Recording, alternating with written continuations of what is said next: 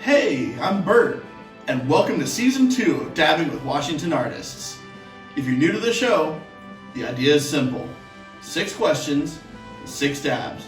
So pull up a chair, light your torches, as we interview the artists that make Washington, Washington. What's up? I'm the artist formerly known as Buck Wild. You can find me on Spotify under Buck the Trend. You can find me March 11th in Bremerton with Concrete. You can find me June 10th in Bellingham with MC Gann. For today's series of dabs, we will begin our smoke session with a blue steel, an ice cream cake, and a crunch berries, and we will round out the session with a bitch fuel, dirty white girl, and a Tropicana punch. Hey everyone, I'm Bert. We are Immature Stoners, and this is Dabbing with Washington Artists. And today we are rejoined by an alumni on our show, Buck Wild. Hello. How you doing, man? Good. Just glad to be here. Yeah, been a while. It's good to get smoking with you again. So, Yeah. Ready to get stoned? Yep. Heck yeah. We're gonna start out today with some blue steel. Nice. That's one of my favorites, actually. Oh, yep. Yeah. We totally do that. Planned ahead on that. Nice. 100%. Blue steel is an indica-dominant strain developed in Washington and is known for its cerebral high and tendency to leave the smoker feeling couch-locked and sedated. We found a gram of this sauce at a shop on Broadway in Everett.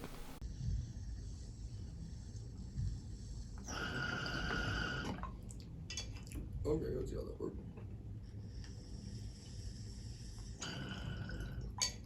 Very nice. You gotta do that double tap. Yeah.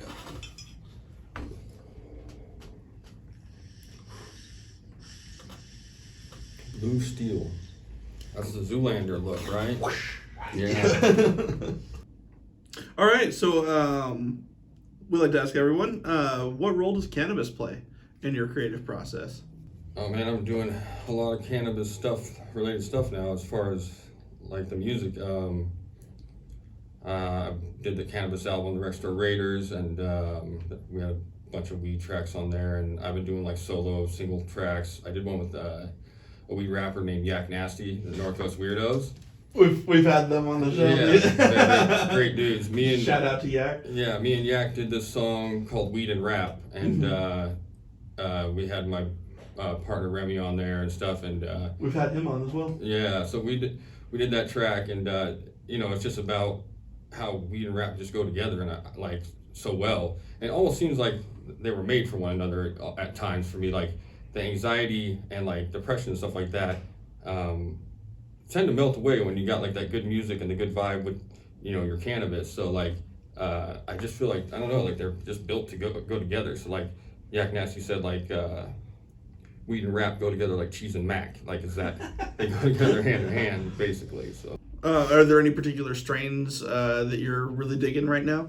like since last time I saw you guys, I've been smoking like that Han Solo burger is one of my favorites. Okay. I love Han Solo burger. Like we went camping and fucking smoked a joint of that shit, and just we saw otters and shit out of nowhere. Like I'm sure it was because of the weed. It had to be, like it just happened because of the fucking Han Solo burger. But I still always love Green Ribbon. That's my favorite, but it's like so impossible to find.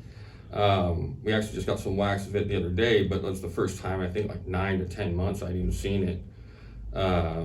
Smoky Point was growing some good Green Ribbon for a while, but Fireline used to grow it. Like that's the original grower I found it from, and their fucking Green Ribbon was like magic. It's like a green crack mixed with some like mystery hybrid, like might be White Widow. They're not sure exactly what the lineage is on it, but it just is like this perfect 50-50 hybrid of like wake you up but relax at the same time, you know what I mean? Hell yeah. I'm a 50-50 hybrid guy though. I like NYPD and those kind of strains that are kind of a little more, maybe 60-40 sativa leaning type of strains. Get that little extra, that energy, but also the relaxation, so that you can I your thing. don't like really one way or the other too much. I try to just kind of balance it out as much as I can. I feel that. That's what most of my cannabis use is for. Is just kind of take the edge off and balance kind of out whatever I got going on as far as the depression or anxiety I'm feeling, or mental health stuff, or or even physical stuff too, you know, like it's great for pain or whatever, you know. So like I use it for a variety of reasons, you know, these days. I've noticed I've started getting very much more specific when I go to the stores now about what I'm looking for particular things, you know, especially like late at night, you know. Yeah, I've been taking like a lot of RSO. Like that was a big part of like my health thing that I had going on. Like when I was so sick last time I was here, like started taking a lot of RSO, like just daily basically. Which is fantastic. And as far as like the medicinal part of marijuana or cannabis, like that's got to be the purest way, I think, from my perspective to take it. I just love a high from RSO too. Isn't everything high? Yeah, you gotta. Yeah, it is, and you gotta be careful because I've been turning people onto it, and some people get onto it and they really like it, and other people like they really like it, but like I had my buddy take some and he like started snoring like a horse for about an hour and a half while I was trying to record, and I'm like, I can't get anything done here because like I'm trying to like record, and he's like really face against the wall, like literally like oh yeah, like not neighing like a horse and shit. So like I called him the next day and I'm like, hey, what's going on? He's like, I'm still coming, I'm still high off the thing, like I'm, you know, I just waiting to come down. And I'm like, that only lasts like 3 or 4 hours, but like you should have come down by now. Like I think you should be okay. And he's like, oh, okay. Like he thought he was still like he may have been still feeling it, you know, like some kind of like residual effect or something. Because yeah, this stuff is powerful. Yeah. So like yeah, I've dosed some of my buddies, and then like a few times been like, oh shit, am I gonna have to call the hospital or something? Like I'm gonna kill this guy. I know he can't die, but like, you know, it's like you never fucking like, you know, you just get paranoid or whatever, you know, like Jesus Christ. All right. So for our number 2 today, we got some ice cream cake. Ice cream cake is an indica-dominant strain known for its rich terpene profile of vanilla and sugarcane, and tendencies to leave the smoker calm and euphoric. We picked up a gram of these sugar diamonds at a shop in Bothell Everett Highway in Everett.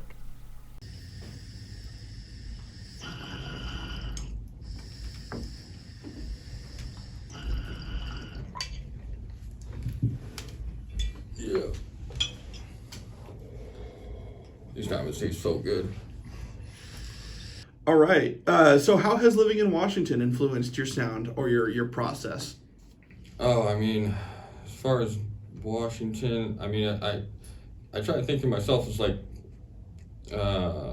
more Covington, you know, than anything else, just because I feel like there's nobody else really repping that city. I mean, it's in Washington, obviously. So, I mean, as far as the process, I think, you know, there's so much behind as far as the musical process, to do with like being indoors and like being confined in Washington, because you have this insane like rain all the time. So there's like definitely that having this weather here influences like Nirvana and Soundgarden and all these bands you've heard of, like all these artists, Jimi Hendrix, like comes from a lot of hours indoors, not being able to go outside and mess with guitar, you know, or your recording equipment, or your beats, or you know, whatever you're playing, you know. So like this goddamn weather here is just relentless, man. Like and it just shapes everything around us, as far as like, you know, the green and the forests and stuff like that, and like so like I definitely have like this country city mentality where like you know, Seattle's like right outside my front door, but like so is like Mount Rainier, you know. So it's like I feel like a little bit like a city country boy, you know, like where I'm just like kind of half and half basically, you know. I can see that. So you know, I can kind of go float between both worlds a little bit, you know, and be okay most of the time without getting my ass kicked too bad, but at least I try. But yeah, I think just, you know, the environment here, as far as like your the weather and all that stuff, has a big influence on the music here, and it's the mentality of the social like depression and anxiety and stuff like that breeds a lot of times good music. Comes from sometimes it's just the shitty weather, you know, and being a part of it too, you know, and that's all for sure very much Western Washington, you know, centric. I think it's just so fucking wet here. All right. So for our number 3 today, we have some crunch berries. And you're going to like the smell of that one. It smells like a bag of cereal. Crunchberries is an indica-dominant hybrid with a distinct taste of crunchberry cereal and is known for its tendency to leave the smoker feeling relaxed but not couch-locked and sedated. We picked up a gram of this sauce at a shop in Capitol Hill.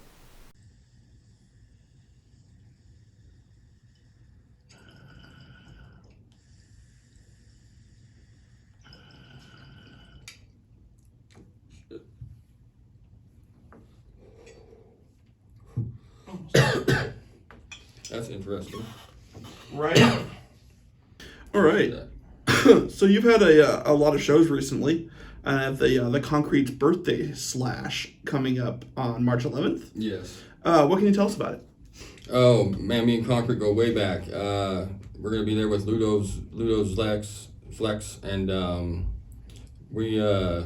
met him in 2004, I believe. My first rap show that I ever did. I met Concrete. It was opening for Bushwick Bill. Okay. And at the El Corazon in Seattle, and it was on Christmas Eve. Nobody came. It was terrible. Bushwick was pissed, but we ended up spending Christmas Eve with Bushwick Bill, so that was pretty cool. Like, they didn't have anywhere to go afterwards, so like him and like the Woodpile guys all came back to Hobart and like hung out from Seattle, so that was pretty cool. An interesting Christmas Eve story for sure. With Bushwick, rest in peace. But yeah, so that show is going to be at a Masonic temple, actually, which I'm interested to do that. I've got some shows coming up in some non-conventional places. I also got one on June 10th.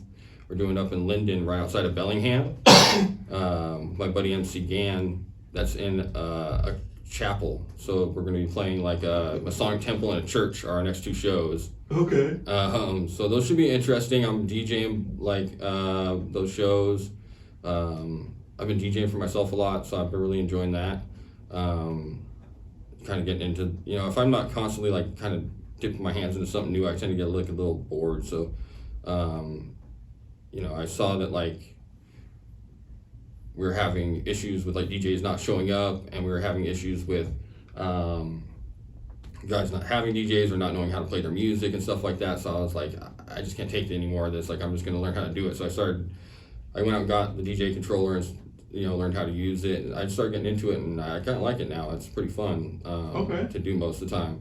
So like I've been doing that a lot, but mainly I want to do it so I can always provide my own sound. Right. And like when me and my guys are out there on stage, I can get back there and run our music. Like that's my main purpose behind it. Is that like I was just tired of like playing it off the cell phone or whatever we were doing it at the time, these shows, or just bringing our MP3 and hoping they had a DJ there or whatever. So right. I just think that like I want to be able to just pull up anywhere and just do my show. You know what I mean? Like without having to rely on like somebody not. The DJ's not going to be here, so what the hell do I do? I just sit on my ass, I guess, or go home. I don't want to go home. You want to do your thing. Yeah, I want to be able to do my thing. So, like, I'm getting my own PA, I'm got the DJ set up, and I'm just going to start, like Concrete, speaking of, he's got his own PA, and at one of our shows, he just popped up out in the parking lot and set up his stage and PA and just started doing his show. And he had it in his car. So like he had a PA with him, and so like we're kind of just used to guerrilla warfare with the shows sometimes. right. For some of us that can't get them, it's kind of a racket where you got like a certain amount of these promoters that want to charge you $300 to $500 a show to open. For whatever headliner that they find that's coming through town, and then they do that for every artist, and they make like $5,000, and then they give a chunk of that to the headliner or whatever, and take the rest for themselves, basically. But or it's sell all the tickets, or there's always just some kind of racket. It seems like these days. Yeah, I hear it from all kinds of.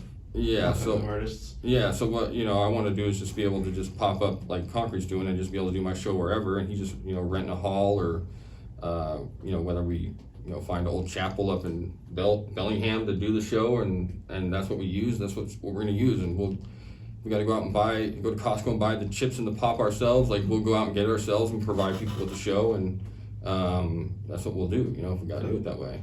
Oh, yeah. The temple should be interesting too. Like I imagine, like it's gotta have good acoustics. Yeah, I'm really interested because I don't think they have any idea of what Concrete's about to do in there. Who knows? Because they must not know because he's crazy, that guy. My music's not much better. Mine's crazy too, so we'll see. They'll probably just throw us out on my first song right when I get up there, but who knows? Hopefully not. Hopefully they know what's going on. All right. For our number 4 today, we have some bitch fuel. Oh yeah, I'm familiar with this one. Bitch Fuel is a hybrid strain that gives the best of both an indica and sativa by delivering a physical body high with a charge of energy, and it's known for its tangy terpene profile. We found a gram of these sugar diamonds at a shop on Center Avenue in Tacoma.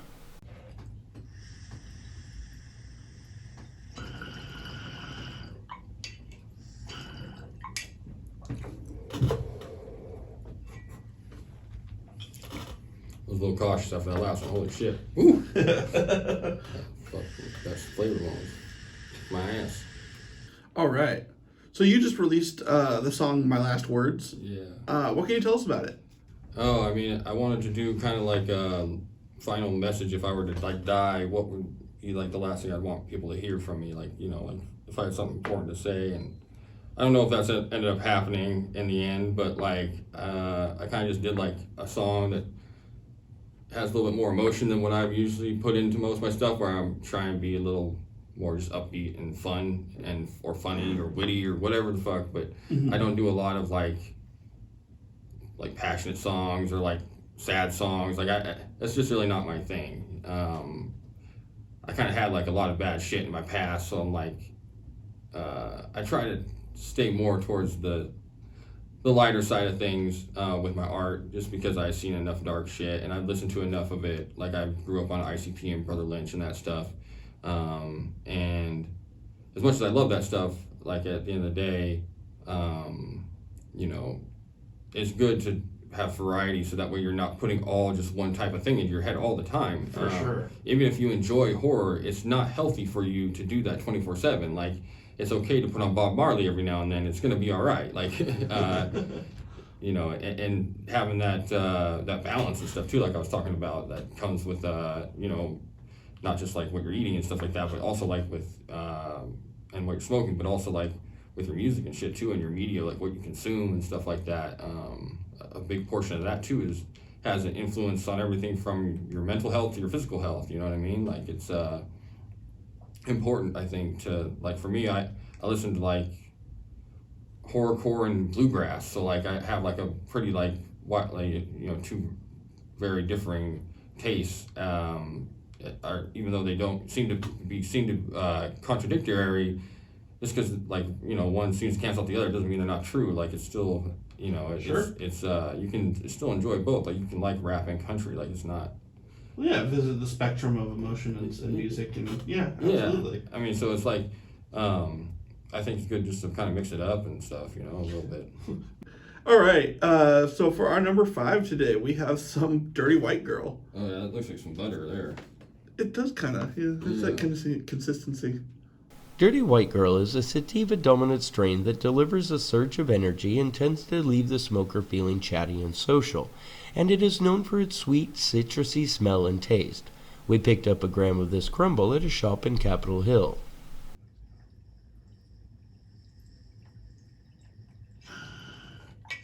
Make it loud.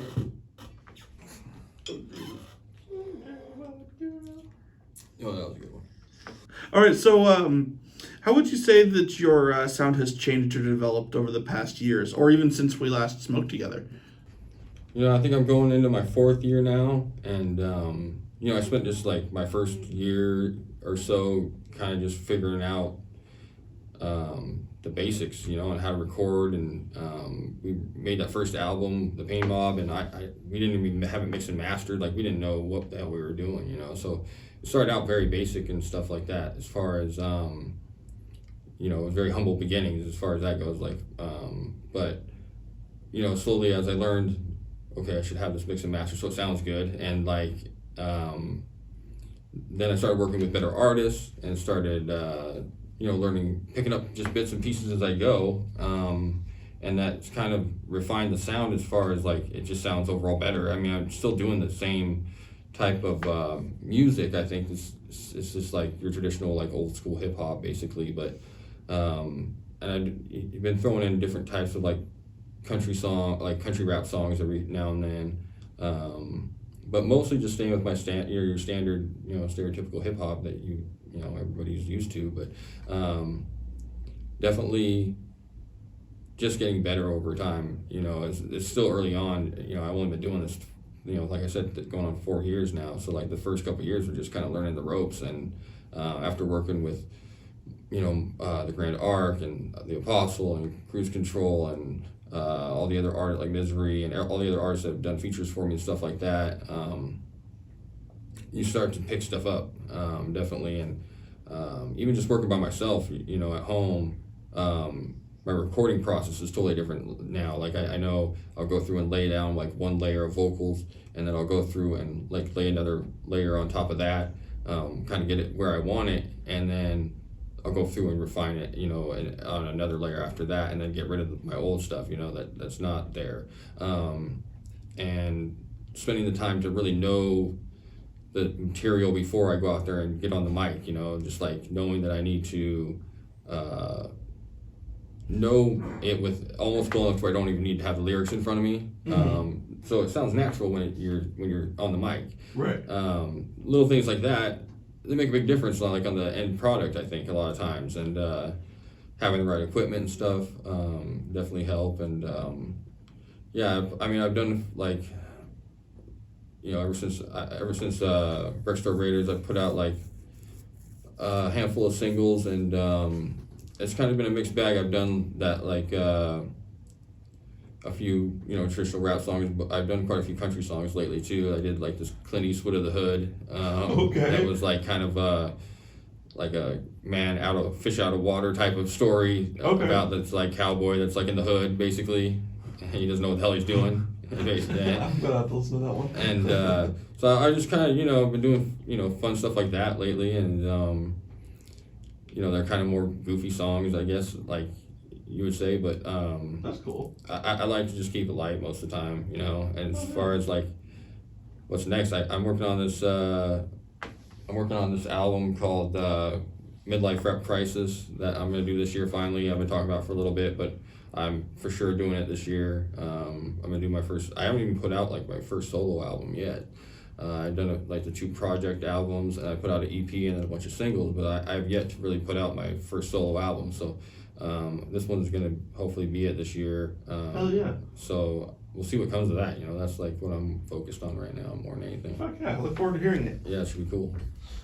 All right, so for our 6th dab of the day, we have some Tropicana Punch. Oh, nice. Tropicana Punch is a hybrid strain with a complex terpene profile of citrus and sweet herbs, and is known for its tendency to leave the smoker giggly and feeling social. We picked up a gram of this sugary crumble at a shop on Center Ave in Tacoma.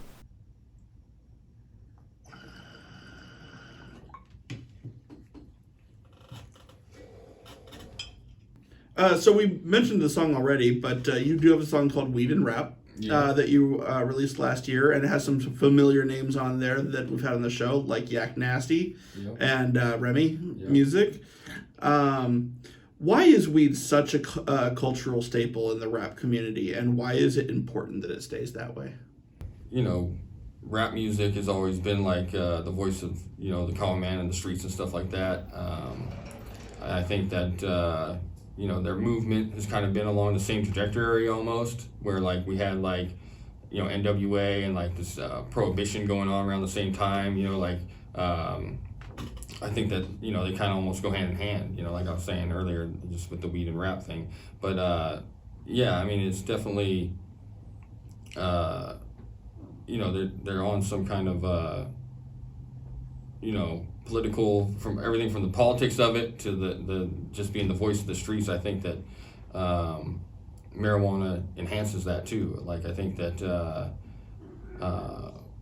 lowers the your anxiety as far as like speaking out and stuff like that too, which is part of rap. It always has been in hip hop.